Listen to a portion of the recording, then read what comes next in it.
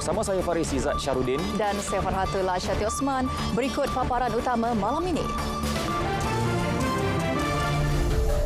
Kuota penuh bagi musim haji tahun ini 31,600 orang.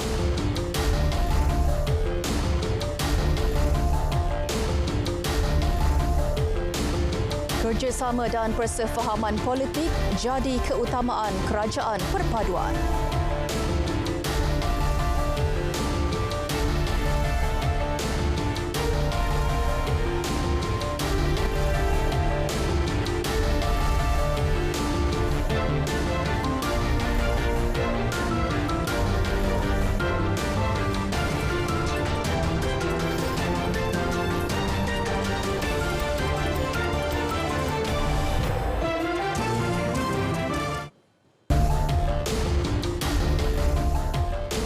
Baik, tiada had usia, kuota haji kembali normal. Kerajaan Arab Saudi meluluskan kuota haji penuh 31,600 jemaah Malaysia tahun ini. Menteri Agama Datuk Dr. Muhammad Naim Mokhtar mengumumkan kabar gembira tersebut setelah mengadakan mesyuarat khas bersama Menteri Haji dan Umrah Arab Saudi Dr. Taufik Fauzan Al-Rabia semalam. Beliau dalam satu kenyataan yakin penilaian telah dibuat dalam semua aspek bagi memastikan keselamatan bakal jemaah haji dari seluruh dunia terjamin semasa menunaikan rukun Islam kelima nanti. Sementara itu, Kerajaan Arab Saudi turut memuji Lembaga Tabung Haji TH atas pengendalian haji yang baik, sistematik dan tahap layanan jemaah haji yang patut dicontohi. Datuk Dr. Muhammad Naim kini berada di Arab Saudi mewakili negara menghadiri persidangan perkhidmatan haji dan umrah 2023. Tahun lalu, Malaysia menerima sekitar 45% kuota haji, membolehkan 14,306 jemaah haji Malaysia menunaikan ibadah tersebut. Ia berikutan kawalan situasi pandemik COVID-19 dikuatkuasakan Kerajaan Arab Saudi. Sementara itu, TH akan mengutamakan bakal jemaah haji untuk tahun 2020, 2021 dan 2022 yang masih menunggu giliran disebabkan pandemik COVID-19 untuk musim haji tahun ini sebelum diikuti bakal haji giliran tahun 2023.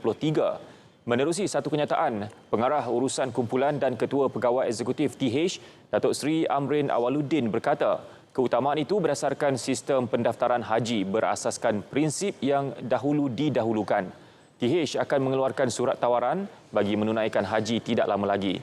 Rayuan haji melalui platform dalam talian TH iJari juga akan dibuka dan tarikhnya akan diumumkan TH dalam masa terdekat. Pemilihan rayuan haji adalah berpandukan kriteria tertentu dengan rayuan mahram akan diberi keutamaan.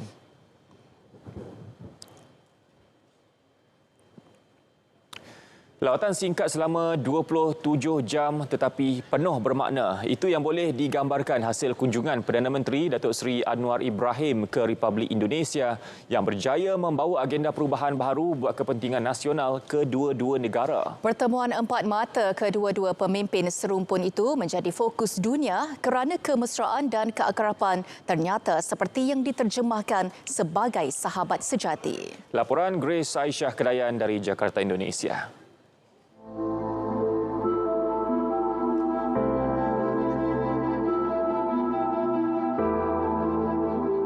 Tidak sampai 2 bulan menjadi Perdana Menteri, Datuk Seri Anwar sudah bersedia memulakan kunjungan rasmi pertamanya ke Republik Indonesia. Secara peribadi, Datuk Seri Anwar mengakui Indonesia sangat istimewa buat dirinya kerana melangkaui batas sempadan dalam perkongsian budaya selain mempunyai kesepakatan dalam hubungan diplomatik sebagai rakan ASEAN. Beberapa isu dua hala, serantau dan antarabangsa dibincangkan dalam pertemuan dengan Presiden Jokowi. Ini termasuk kerjasama ekonomi sebagai rakan perdagangan dan pelaburan yang strategik. Pada hari pertama, 9 memorandum persefahaman dimeterai antara sektor swasta Malaysia dan Indonesia dengan jumlah projek bernilai anggaran RM1.66 bilion. Antaranya melibatkan syarikat berkaitan kerajaan, syarikat pelaburan berkaitan kerajaan dan badan berkanun. Malaysia juga menunjukkan minat mendalam untuk turut serta dalam pembangunan Ibu Kota Negara IKN Nusantara dengan menyerahkan 11 surat minat atau Letter of Interest kepada pengerusi Nusantara. Malaysia yakin pertumbuhan ibu negara baharu Indonesia, Nusantara itu bakal memberi manfaat kepada Malaysia, terutama di Sabah dan Sarawak. Sehingga suku kedua 2022, pelaburan Malaysia di Indonesia berjumlah 59.8 bilion ringgit, manakala pelaburan Indonesia di Malaysia 4.2 bilion ringgit. Datuk Seri Anwar juga berpeluang bertemu dan bersoal jawab dengan hampir 170 orang diaspora Malaysia dalam satu majlis makan malam di Kedutaan Negara Indonesia. Dalam ucapannya, beliau tegas berpendirian, tiada kompromi terhadap kelompok elit yang menyalahguna kuasa untuk kepentingan peribadi. Keutamaannya kini untuk memacu semula ekonomi negara agar lebih kukuh dan mampan bagi menarik pelaburan asing ke Malaysia. Acara kemuncak adalah pertemuan dengan Presiden Joko Widodo di Istana Bogor, Jawa Barat yang dimeriahkan dengan sambutan kenegaraan. Dalam kenyataan bersama, Datuk Seri Anwar mengulangi pendiriannya untuk memastikan kebajikan warga kerja dari Indonesia. Presiden Jokowi juga berharap agar pelaksanaan One Channel System OCS dapat memberi manfaat kepada rakyatnya. Ini termasuk aspek keselamatan, mempermudah proses kemasukan dan hak pendidikan anak-anak pekerja warga Indonesia. Turut disentuh isu sempadan darat dan maritim kedua-dua negara serta isu-isu serantau dan antarabangsa. Kedua-dua pemimpin ini juga sepakat untuk bekerjasama rapat menangani diskriminasi minyak sawit di peringkat antarabangsa. Presiden Jokowi menyambut baik minat pelabur Malaysia untuk meneroka peluang dalam pelbagai sektor seperti elektronik, kesihatan dan hartanah di pembangunan Nusantara. Di hujung kunjungannya, Datuk Seri Anwar turut memukau tumpuan pendengar menerusi syarahan umumnya yang bertajuk Hubungan Strategik Malaysia-Indonesia. Jelas bukan sahaja diterima baik negara dan rakyat tetap.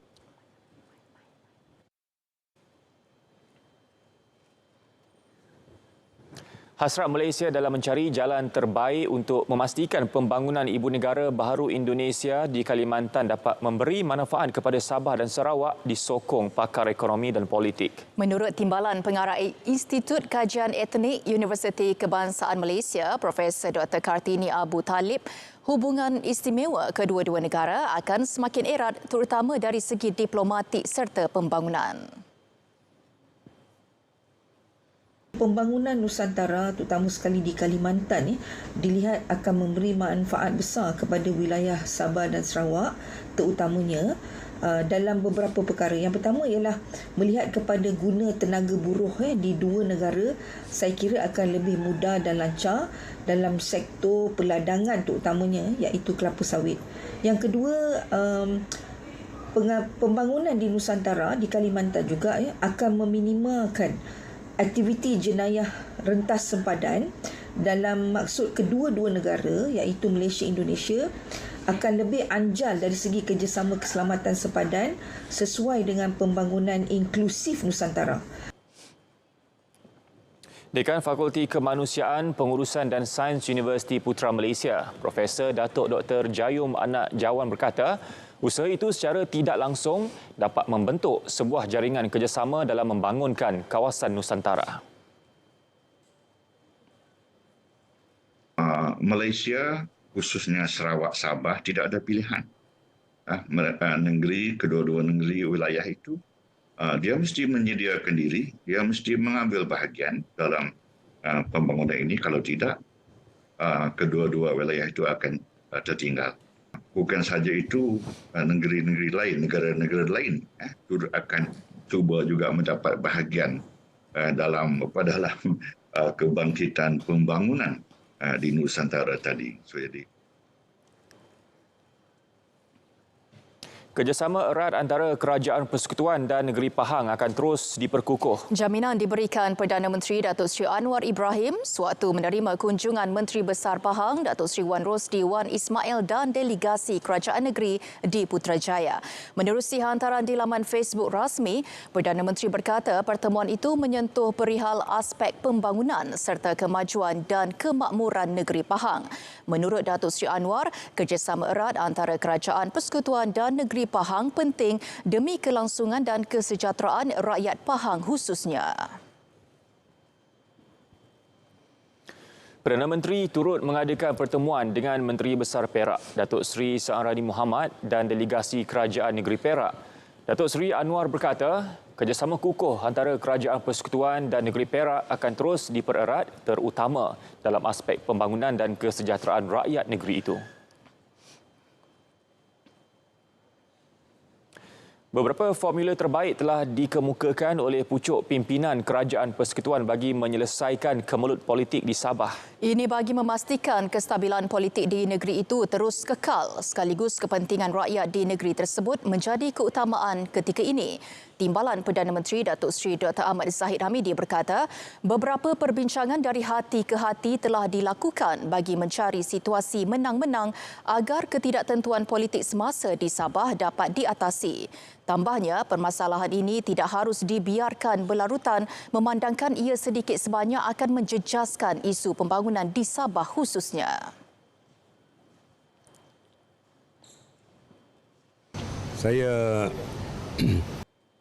Beliau ditemui media selepas mengadakan pertemuan santai bersama agensi di bawah Kementerian Kemajuan Desa dan Wilayah dengan media di Menara Kuala Lumpur. Terdahulu, Perdana Menteri Datuk Seri Anwar Ibrahim serta Datuk Seri Dr. Ahmad Zahid telah ke Sabah bagi mengadakan pertemuan dengan beberapa pemimpin parti semalam bagi menyelesaikan kemelut politik di negeri itu. Apakah kita harus izinkan pembangunan dengan gedung raksasa, dengan projek mega, dengan semua kemewahan tetapi tidak mempedulikan nasib rakyat yang melarat?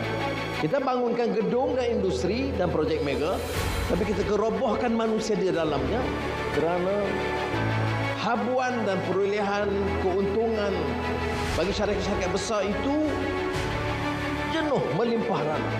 Maka elok kita gunakan pendekatan paradigma yang menetapkan bahawa keadilan ini bagi semua rakyat. Kita akan terus dengan pembangunan kalau perlu projek mega atau projek besar, tetapi jangan kita remeh dan abaikan nasib dan kedudukan golongan itu.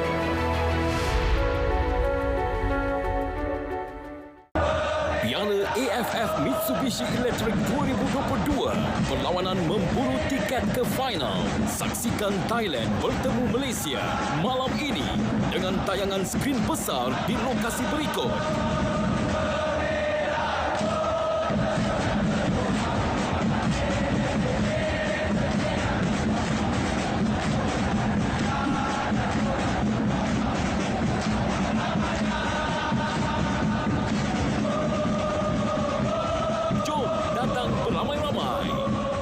Bertemu kembali.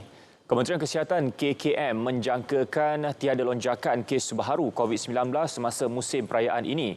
Ketua Pengarah Kesihatan Tan Sri Dr. Nur Hisham Abdullah berkata, ia berdasarkan pengalaman setelah sempadan negara dibuka semula sejak 1 April 2022.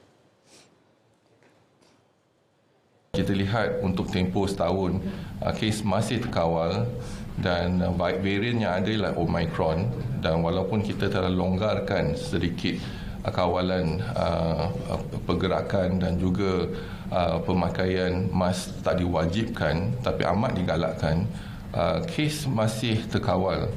Walaupun kita jangkakan pada bulan Mei mungkin ada lonjakan kes selepas Hari Raya Aidilfitri, lonjakan kes selepas Hari Raya Aidiladha dan juga lonjakan kes selepas PRU 15. Tetapi ini tak berlaku.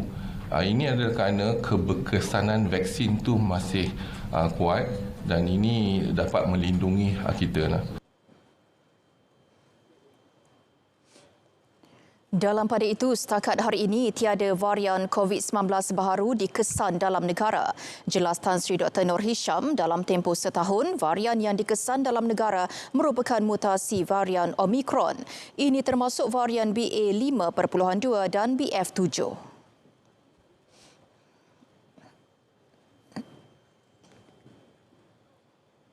Masih belum ada varian baru selain pada Omicron. Apa yang kita kesan ialah subtype, mutasi subtype Omicron. Jadi varian baru tak dikesan lagi untuk tempoh jangka masa setahun. Atas kehadiran ke sesi libat urut. Prosedur operasi standard SOP COVID-19 sedia ada kekal. Keputusan itu dibuat berdasarkan 7 indikator situasi jangkitan semasa. Ia termasuk jumlah kes harian yang semakin menunjukkan penurunan. Kadar kes import luar negara dilapor turut berkurangan iaitu antara 3 hingga 4 kes dalam tempoh sebulan. Untuk dapatkan vaksin. Kalau kes import ataupun lonjakan kes berlaku, kes-kes import. Yang kedua, kalau ada varian baru yang dikesan, iaitu selain daripada Omicron, bukan Omicron subtype tapi selain daripada Omicron, ataupun kalau ada peningkatan di klinik-klinik Sentinel, kita ada 18 hospital yang menggunakan Sentinel Clinic sebagai satu surveillance, dan juga kalau ada lonjakan kes kita akan ambil tindakan, dan juga pengesanan varian barulah daripada sampling, contohnya di air kumbah dan sebagainya. Antara indikator lain termasuk penggunaan fasiliti kesihatan seperti katil di hospital yang dilapor berkurangan dan kekal 20% setakat ini.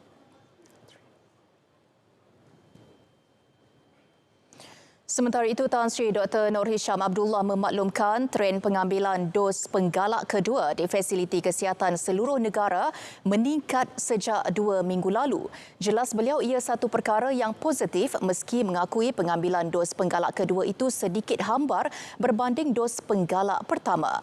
Beliau turut menyarankan masyarakat untuk mengambil suntikan penggalak COVID-19 ini susulan keberkesanan pelindungan dilapor berkurangan dalam tempoh 3 hingga 6 bulan.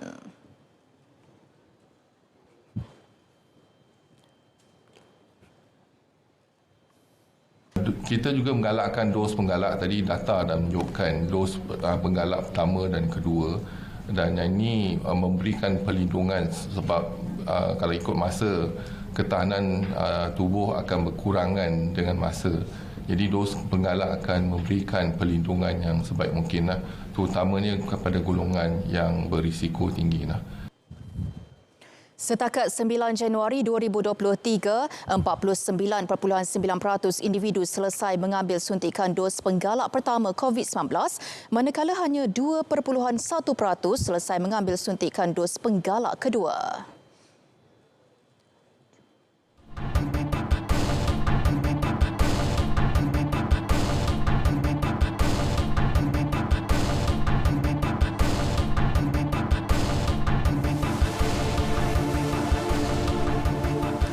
Baik, syarikat pemaju hartanah LBS Bina Berhad menyasarkan nilai jualan melebihi 2 bilion ringgit bagi tahun 2023. Sasaran tersebut mengambil kira prestasi jualan 2 bilion ringgit dicatatkan pada 2022 lebih 25% berbanding sasaran awal berjumlah 1.6 bilion ringgit. Pengerusi eksekutifnya, Tan Sri Lim Hock San, optimis sasaran itu mampu dicapai disokong kempen pemasaran selain inisiatif kerajaan termasuk kempen pemilikan rumah dan isu tenaga buruh.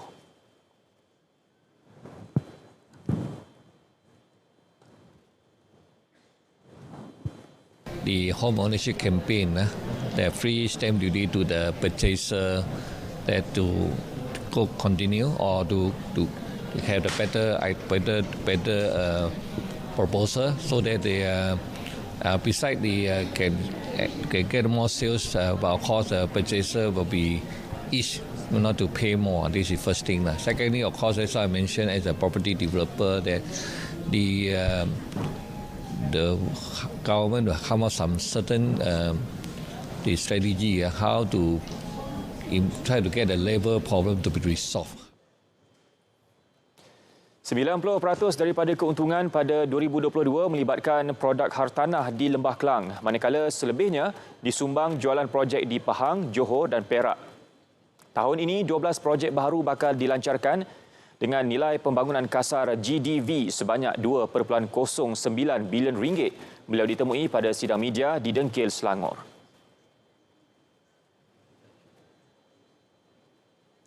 Baik, jumlah trafik udara pada November 2022 meningkat 41.3% berbanding tempoh sama 2021. Menurut Persatuan Pengangkutan Udara Antarabangsa IATA, data terkini itu menjadikan trafik perjalanan udara global pada paras 75.3% berbanding November 2019 sekaligus menandakan pemulihan berterusan dalam industri. IATA menerusi kenyataan berkata, trafik antarabangsa meningkat 85.2% pada tempoh dikaji daripada tempoh sama 2021. Manakala trafik domestik berkembang perlahan pada kadar 3.4% ekoran sekatan perjalanan di China. Ketua Pengarah IATA, Willie Walsh berkata, jumlah trafik pada bulan November menunjukkan minat pengguna untuk mengembara. Bagaimanapun, beberapa negara mengenakan semula syarat kemasukan pelancong dari China setelah negara tersebut mengumumkan pembukaan sempadan dan perjalanan udaranya. Jelas Walsh, pengenalan semula ujian COVID-19 untuk pelancong China tidak akan membendung penularan virus sepenuhnya. Sebaliknya, perlu meningkatkan rawatan penyakit dan vaksin bagi wabak tersebut. Suruhanjaya Penerbangan Malaysia MAVCOM menyasarkan untuk melengkapkan kertas perundingannya mengenai cadangan penambahbaikan Kod Pelindungan Pengguna Penerbangan Malaysia MACPC Jun ini. Ketua Pegawai Operasinya, Raja Azmi Raja Nazuddin berkata, kertas itu perlu melalui proses rundingan melibatkan banyak pihak berkepentingan termasuk syarikat penerbangan. Yes, but you must also understand that the process is robust to get to the gazettement. Once you get to that gazettement, then yes. But it's still a process it's still a consultative process that we are undertaking. And it's not a law yet. Beliau berkata demikian selepas program pengenalan tahunan Airline 101 di Sepang, Selangor. Kertas perundingan itu akan diserahkan kepada Kementerian Pengangkutan bagi proses kelulusan. Pindaan terbaru melibatkan penambahbaikan dari segi pelindungan berkaitan penumpang termasuk bayaran balik pembatalan penerbangan dan hak penumpang. Selain cadangan syarikat penerbangan harus menawarkan bayaran balik dalam cara pembayaran asal sekiranya penerbangan ditangguhkan.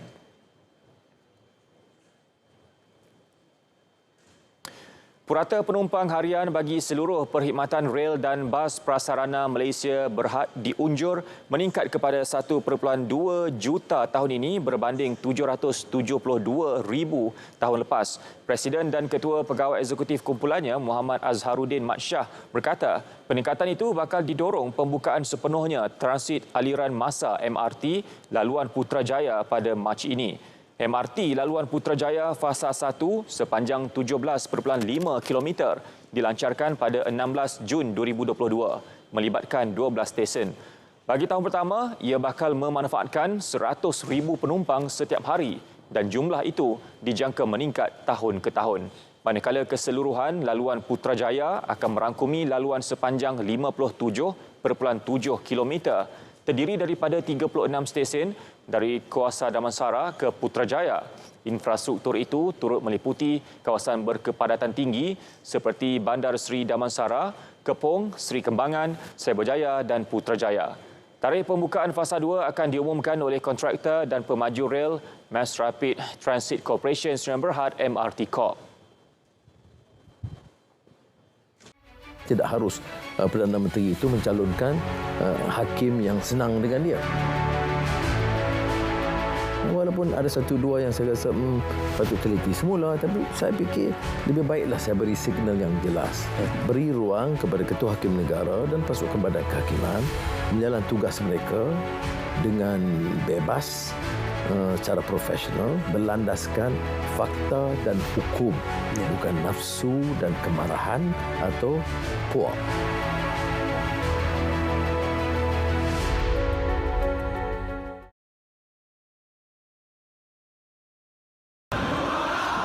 Ini semboyan negara dalam misi wajib menang bagi menakluki tahta terulung di Asia Tenggara.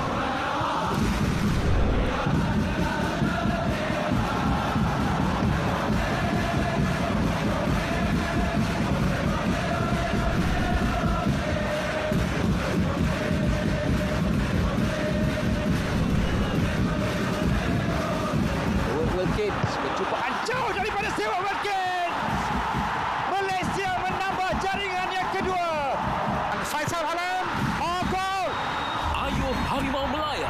teruskan perjuangan untuk perlawanan separuh akhir kedua.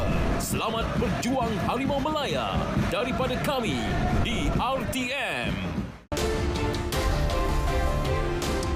Bertemu kembali. Mekanisme kawalan harga barangan dan penetapan harga siling dilihat sudah ketinggalan zaman. Justru Menteri Perdagangan Dalam Negeri dan Kos Sara Hidup Datuk Seri Salahuddin Ayub berkata, kerajaan akan mengkaji semula perkara tersebut dalam masa terdekat. Memang dalam masa terdekat kita akan kaji semula. Kita akan kaji semula. Dah setahun. Okey. Dalam pada itu, beliau turut menyentuh mengenai isu kekurangan bekalan minyak masak paket yang didakwa masih berkurangan. Jelas beliau perkara itu hanya melibatkan beberapa kawasan dan tidak berlaku secara menyeluruh. Usaha untuk memastikan keberadaan barangan keperluan asas termasuk minyak masak paket bersubsidi kini turut giat dilaksana KPDN menerusi ops terjah seluruh negara. Nak katakan keseluruhan barang itu tidak ada, itu tidak benar. Minyak masak itu bersubsidi masih beredar di seluruh kawasan dalam negara kita. Tapi saya minta melalui apps, melalui e-aduan yang kita sedang pertingkatkan, pengguna boleh dengan cepat bagi tahu kita dan pada masa itu juga pegawai kita akan bertindak. Ajma'in. Beliau ditemui media selepas menyampaikan amanat tahun baharu dalam perhimpunan bulanan KPDN di Putrajaya.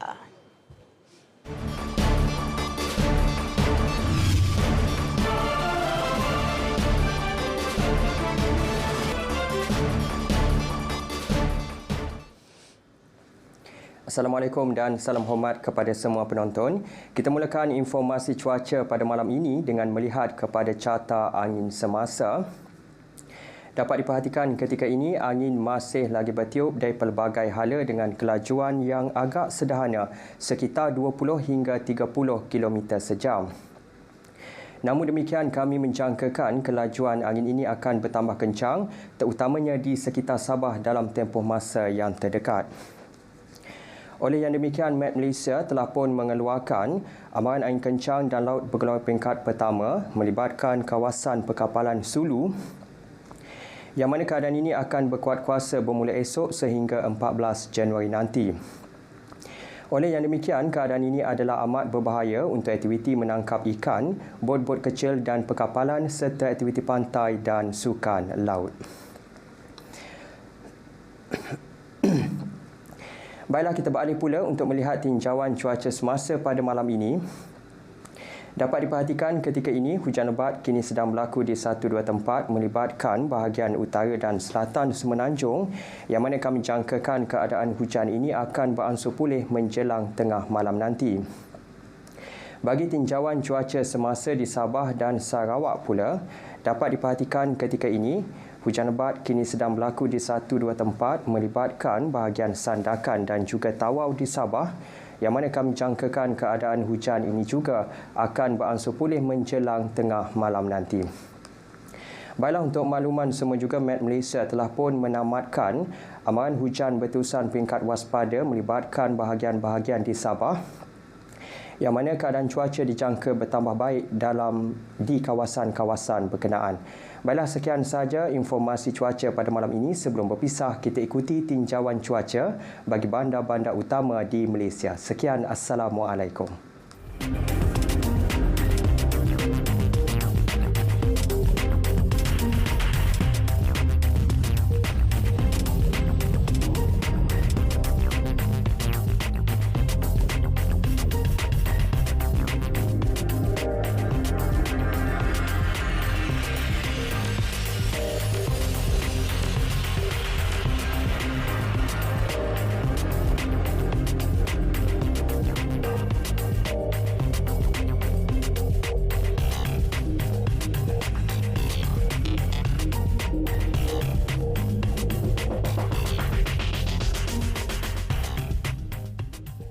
Baik, seterusnya untuk perkembangan sukan malam ini kita bersama dengan Syairul. Silakan.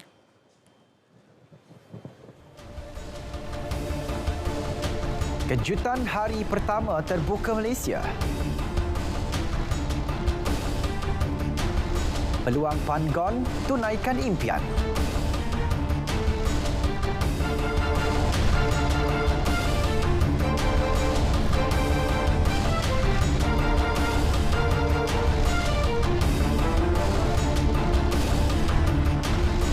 Terima kasih Faris dan Faratul. Assalamualaikum, salam sejahtera. Saya Syarul Islam. Untuk edisi sukan malam ini kita mulakan dengan sukan badminton. Kejutan nampaknya berlaku pada hari pertama Kejohanan Terbuka Malaysia 2023 yang membuka tirainya di Axiata Arena Bukit Jalil hari ini.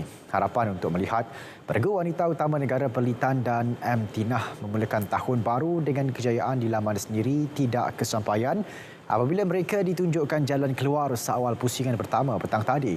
Dalam kejohanan pembuka tirai jelajah BWF musim 2023 ini, Perli dan Tinah bermula dengan langkah kiri apabila tewas di tangan lawan bukan pilihan Gabriela dan Stefani Stoeva dari Bulgaria 21-19, 21-14.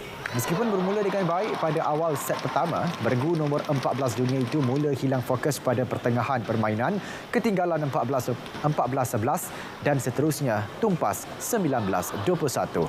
Pilihan ke-8 kejohanan itu terus menampilkan aksi long lay pada set kedua sekaligus memberi keyakinan kepada Gabriela dan Stefani menutupnya dengan kemenangan 21-14. I think what they did really pressured us in the second game as well, because when they were with the wind, the attacking was really aggressive and we didn't do our part really well.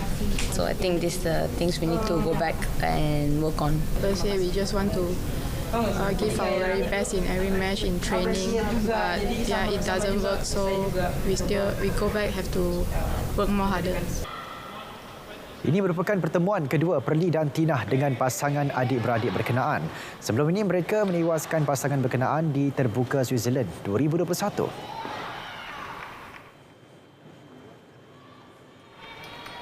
Dalam pada itu, nasib malang kem badminton negara nampaknya berlanjutan apabila pemain perseorangan profesional lelaki negara Liu Darren berkemungkinan menarik diri di pusingan kedua Khamis ini. Ini selepas pemain berusia 36 tahun itu mengalami kecederaan betis semasa menundukkan wakil Perancis Thomas Junior Popov dalam pertarungan 3 set di pusingan pertama. Kecederaan tersebut dialami Darren ketika set kedua yang menyaksikan dia menang 21-14.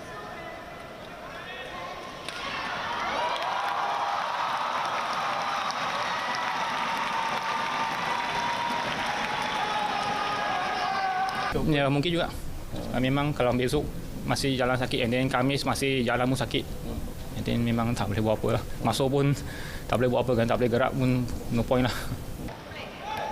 Jelas Darren, kecederaan pada betis kanan itu dialaminya sejak sebulan lalu. Darren jadual berdepan jaguh Denmark Victor Axelsen di pusingan kedua jika meneruskan perjuangan dalam Terbuka Malaysia. Sebelum itu dia menundukkan Popov menerusi aksi rubber game 21-15, 14-21 dan 21-17.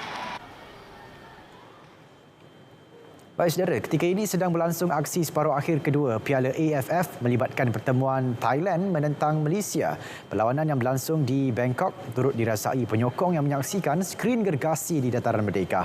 Untuk suasana semasa di Dataran Merdeka langsung bersama Hairun Afandi. Hairun, silakan. Ya, terima kasih Syai. Persembahan terbaik Harimau Melaya untuk menggugat pasukan Thailand pasti menjadi antara yang dinanti seluruh rakyat Malaysia pada malam ini.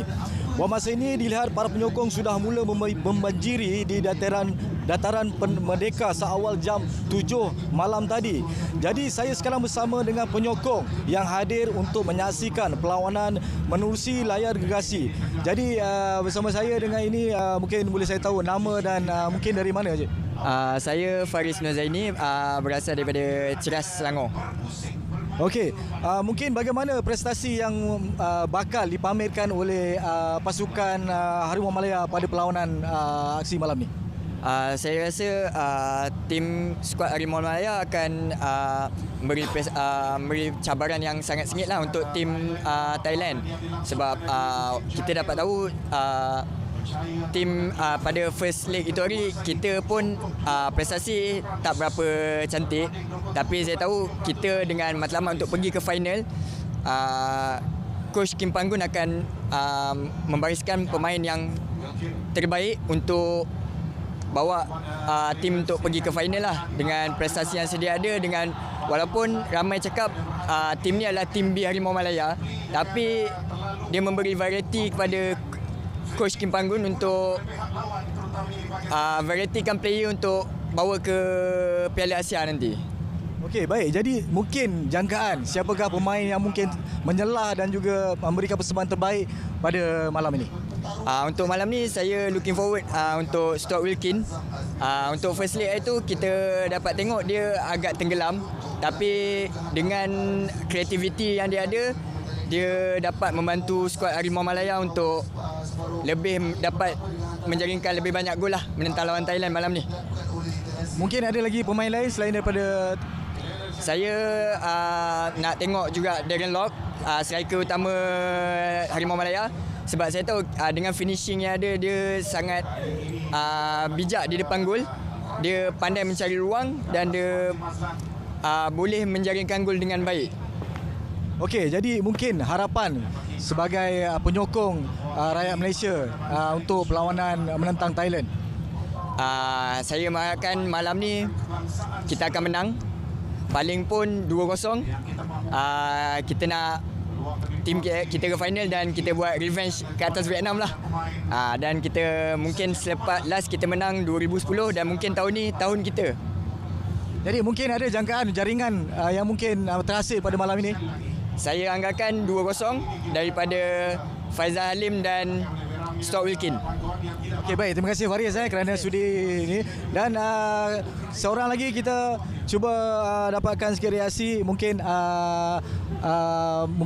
bagaimana Cik datang sini macam mana? Saya datang sini menaiki motosikal. Saya tahu kata ada skrin TV besar di dataran, saya terus datang ke sini. Baik Cik, terima kasih Cik. Jadi itulah harapan antara penyokong pasukan Harimau Malaya yang berada di dataran Merdeka ini. Saya kira semangat sama turut dimiliki oleh seluruh rakyat Malaysia yang di mana saja anda berada. Ayuh, jangan lupa kita teruskan beri sokongan padu kepada skuad negara. Sesama kita nantikan kemenangan Harimau Malaya pada malam ini. Saya kira setakat itu saja di tasuk saya di dataran Merdeka, kembali bersama Syai di Angkasa Puri. Baik, terima kasih Hairun di dataran Merdeka. Dalam satu lagi aksi sama menyaksikan Vietnam menepati ramalan melangkah ke final Piala AFF 2022 selepas menewaskan Indonesia 2-0 pada separuh akhir kedua di Stadium Nasional Mai Ding di Hanoi semalam. Sebelum ini kedua-dua pasukan seri tanpa jaringan pada aksi pertama yang berlangsung di Indonesia. Penyerang Vietnam, Nguyen Thian Linh muncul wira skuad Golden Star Warriors selepas meledak kedua-dua gol di hadapan penyokong sendiri. Selepas gagal beraksi dengan baik ketika seri di Jakarta Jumaat lepas, Vietnam memulakan permainan semalam dengan semangat yang tinggi. Hasrat memburu kemenangan itu diterjemahkan Vietnam dengan mendahului seawal minit ketiga selepas Thian Linh menyudahkan umpanan Do Hung Dong. Anak buah Park Hang-seo kemudian terlepas peluang menggandakan kedudukan menerusi sepakan percuma Doan Van Hau yang sedikit tersasar pada minit ke-30 sebelum penjaga gol Indonesia cemerlang menyelamatkan percubaan Pham Tuan Hai seminit kemudian. Selepas kedudukan 1-0 memihak pasukan tuan rumah pada separuh masa pertama, hasrat skuad Garuda untuk bangkit di babak kedua tersentak selepas Thian Linh sekali lagi membolosi gawang mereka menerusi tandukan pada minit ke-47. Keputusan 2-0 kekal sehingga tamat permainan sekaligus menyaksikan Vietnam berpeluang meraih gelaran ketiga selepas muncul juara pada 2008 dan 2018. Perlawanan bola sepak Piala AFF Mitsubishi Electric 2022. Amukan Harimau Malaya menggegar gawang dengan aksi sengit yang menggerunkan dalam perlawanan separuh akhir 2. Selasa 10 Januari, Thailand bertemu Malaysia 8.45 minit malam di TV2 dan saluran sukan RTM. Saksikan juga secara penstreaman langsung di RTM Klik.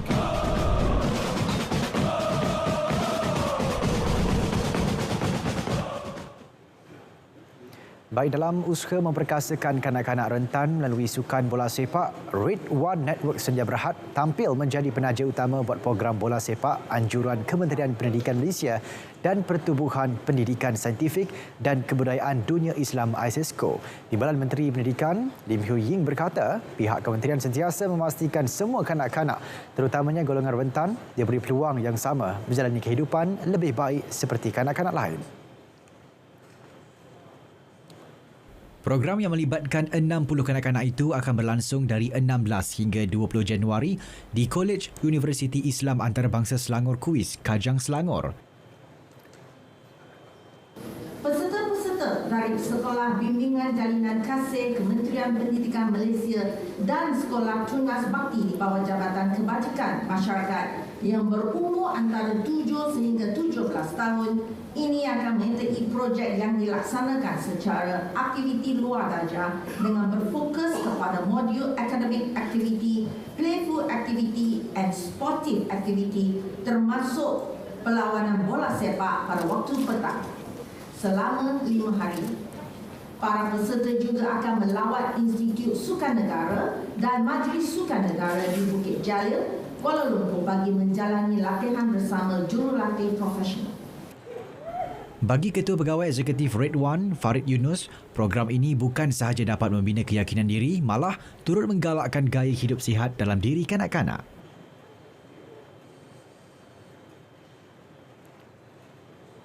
Program seperti ini tak boleh buat one off saja. Kalau one off, there's no purpose, you know. To keep the kids off the streets, we need to maintain regular programs that keep them engaged and hopefully improve their studies as well through the discipline of sports. Beliau turut mengumumkan pelancaran 3 pelan mampu milik Red One bagi membantu meringankan beban masyarakat. Pelan Red One Package Didik ditawarkan dengan harga RM40 sebulan, diikuti pelan Postpaid Mukmin 50 dengan harga RM50 sebulan serta telefon pintar percuma, manakala pelan Prepaid Beyond Light edisi pelajar pula ditawarkan dengan harga RM60. Baik, perkembangan sukan luar negara kita mulakan dengan perkembangan ini. Bintang sensasi Wales, Gareth Bale, buat kejutan apabila mengumumkan persaraannya daripada pentas bola sepak pada usia 33 tahun. Pemain sayap itu menamatkan kariernya bersama klub Liga Major Amerika Syarikat, Los Angeles FC. Bale merupakan pemain paling banyak membuat penampilan buat Wales dengan 111 perlawanan. Dia juga telah membawa pasukan kebangsaannya itu mara ke kejuaraan Euro 2016 dan 2020 selain melangkah ke pentas Piala Dunia buat kali pertama di Qatar pada 2022. Bale juga pernah membantu klub gergasi Spanyol Real Madrid menjulang 5 trofi Liga Juara-Juara Eropah. Dalam satu kenyataan, dia menjelaskan amat bersyukur kerana dapat merasai pahit manis bola sepak dunia selama 17 musim dan ia akan menjadi kenangan yang tidak akan dilupakan oleh dirinya. Bale memulakan kariernya di Liga Kejuaraan bersama Southampton pada usia 17 tahun sebelum menyertai Tottenham Hotspur secara profesional 2 tahun kemudian. Selepas 6 musim di Liga Perdana Inggeris, Bale kemudian dibeli oleh Real Madrid dengan rekod perpindahan dunia ketika itu €100 juta.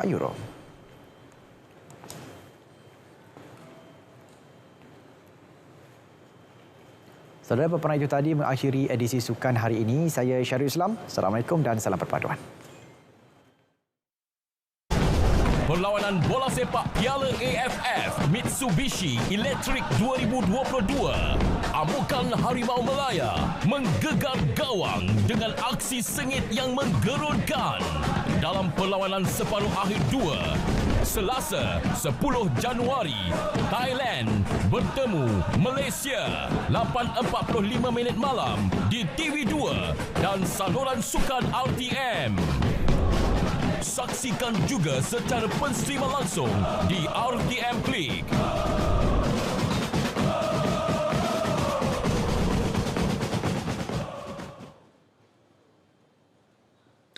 250 pegawai dan anggota polis dikurnia pangkat pingat oleh Yang di-Pertuan Agong Al-Sultan Abdullah Riayatuddin Al-Mustafa Billah Shah. Mendahului senarai, Pengarah Jabatan Keselamatan Dalam Negeri dan Ketenteraman Awam Bukit Aman, Datuk Seri Hazani Ghazali.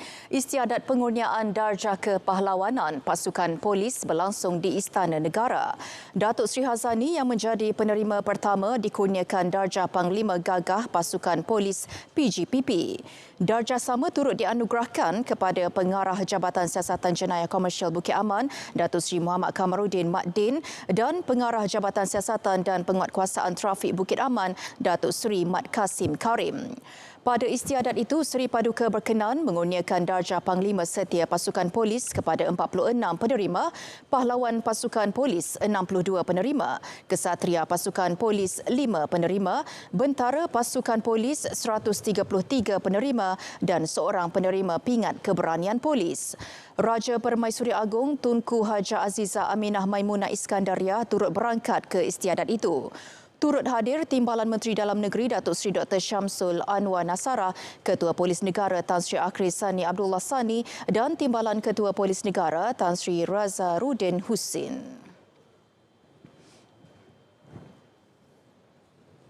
Yayasan Ros Anjur program saringan serviks percuma fasa ketiga menyasarkan 5,500 wanita B40 berusia antara 30 hingga 65 tahun. Ros turut memperkenal rawatan kolposkopi pada majlis pelancaran program tersebut. Program saringan serviks bernilai 1.2 juta ringgit dilaksana secara percuma dengan pembiayaan etika. Program dilancarkan isteri Perdana Menteri yang juga penaung Puspanita, Datuk Seri Dr. Wan Azizah Wan Ismail.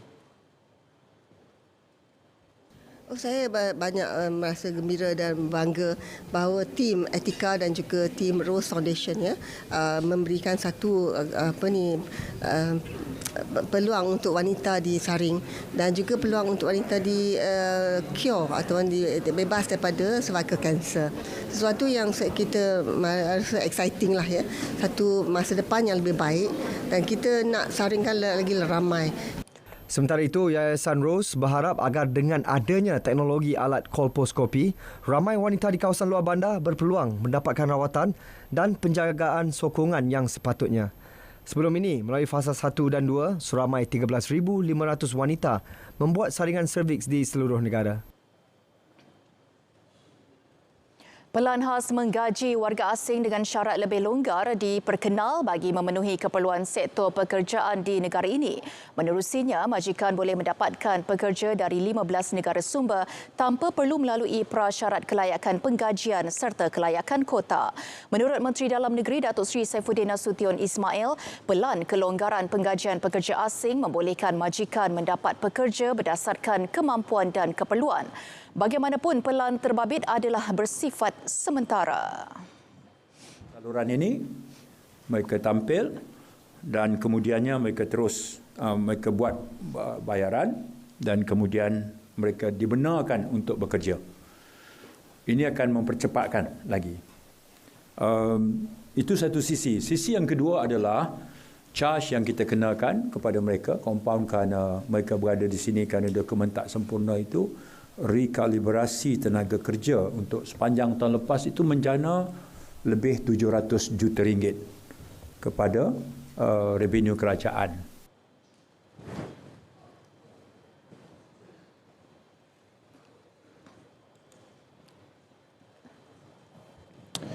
Baik, perolehan 18 pesawat tempur ringan LCA FLIT bagi Tentera Udara Malaysia TUDM akan diteruskan. Menteri Pertahanan, Datuk Seri Muhammad Asam berkata, projek itu telah diluluskan secara dasar dalam Kabinet Kerajaan terdahulu. Perkara itu sekali lagi akan dibentangkan dalam mesyuarat Kabinet Kerajaan Perpaduan secepat mungkin.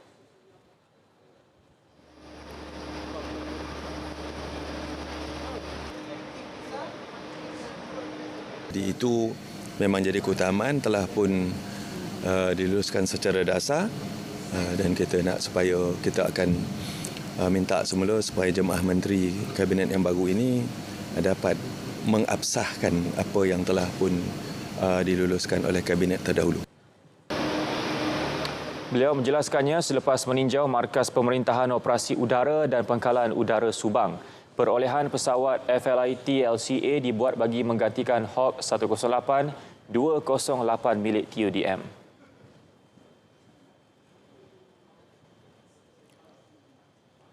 Buat aduan segera. Demikian saranan Kementerian Pendidikan KPM kepada ibu bapa dan murid yang terkesan akibat kenaikan harga makanan di kantin sekolah. Menterinya Fadlina Sidik berkata pengusaha kantin tertakluk kepada garis panduan dan sebut harga yang dipersetujui.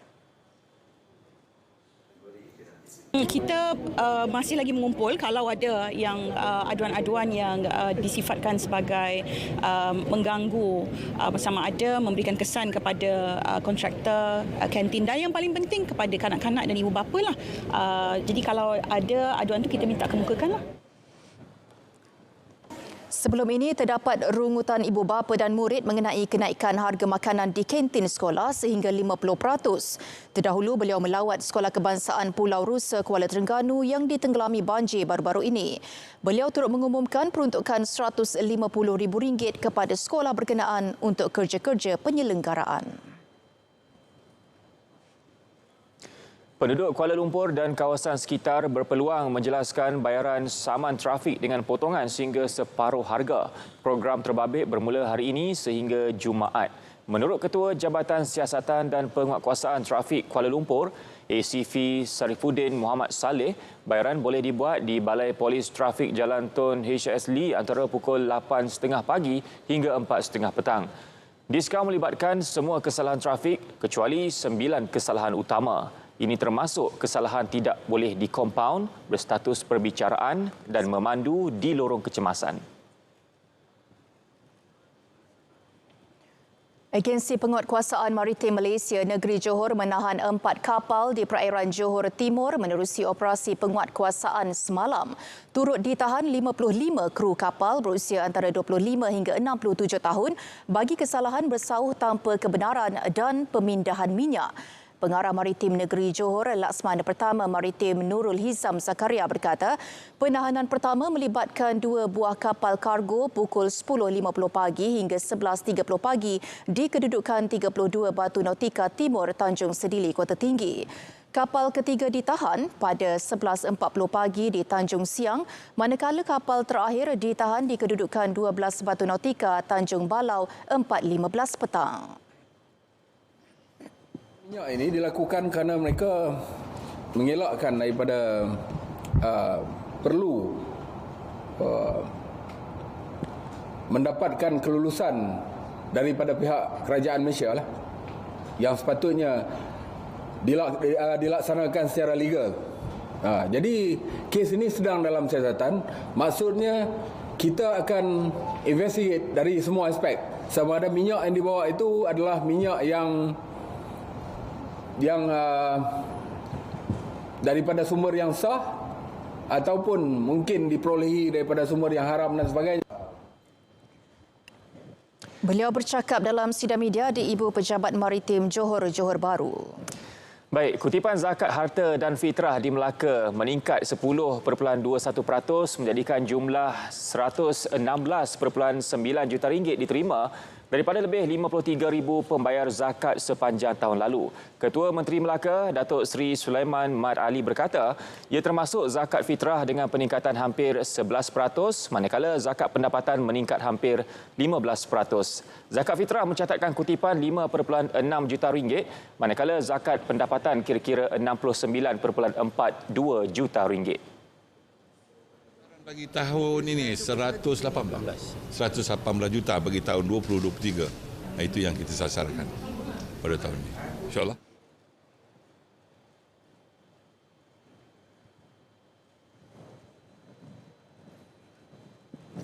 Negara ini kita tahu adalah negara pelbagai kaum dan pelbagai agama. Islam tegak sebagai agama persekutuan.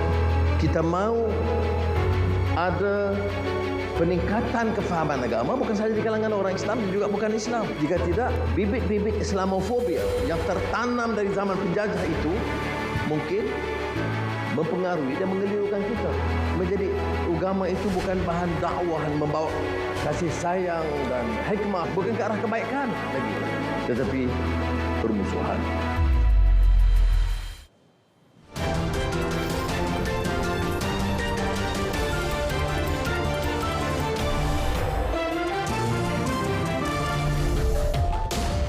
Sikap baik hati pekerja beri tontonan percuma undang pujian warga maya. Saksikan dalam hashtag. Seorang pekerja kedai barangan elektrik menerima pujian daripada warga maya selepas video menunjukkan sikap baiknya terhadap kanak-kanak gelandangan menjadi tular. Video yang dikongsi di Twitter itu menunjukkan dia membenarkan kanak-kanak gelandangan itu menonton kartun di TV paparan kedai dia bekerja. Video berkenaan meraih lebih 700,000 tontonan dan lebih 400 komen pujian atas sikap peri kemanusiaannya.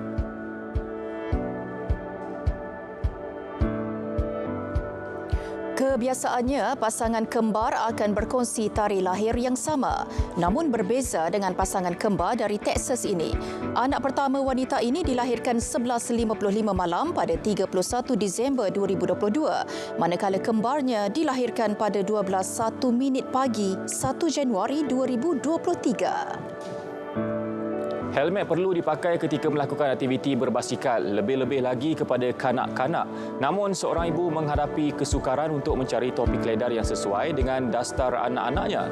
Demi keselamatan, seorang ibu sanggup mencipta helmet safe yang boleh dipakai dengan dastarnya. Selain anaknya, topi keledar itu juga boleh membantu anak-anak safe yang lain.